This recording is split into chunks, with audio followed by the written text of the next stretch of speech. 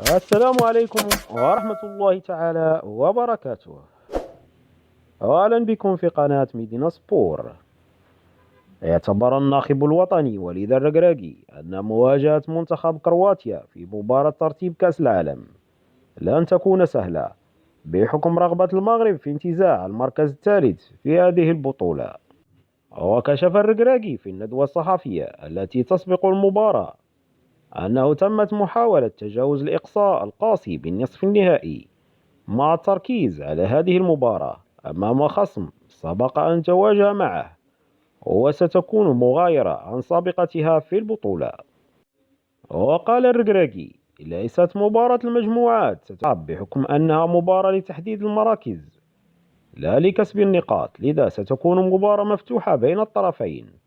وأضاف: ليست نهايتنا بالخروج من نصف النهائي، نحن نلعب من أجل المركز الثالث، ومجموعة من المنتخبات الكبيرة ترغب في بلوغ ذلك.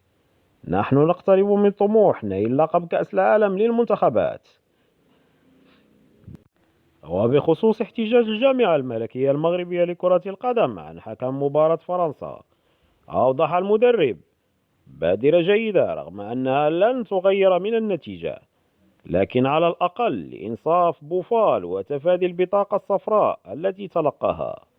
صحيح أنه كانت هناك ضربة جزاء، لكن النتيجة حاليا لن تتغير.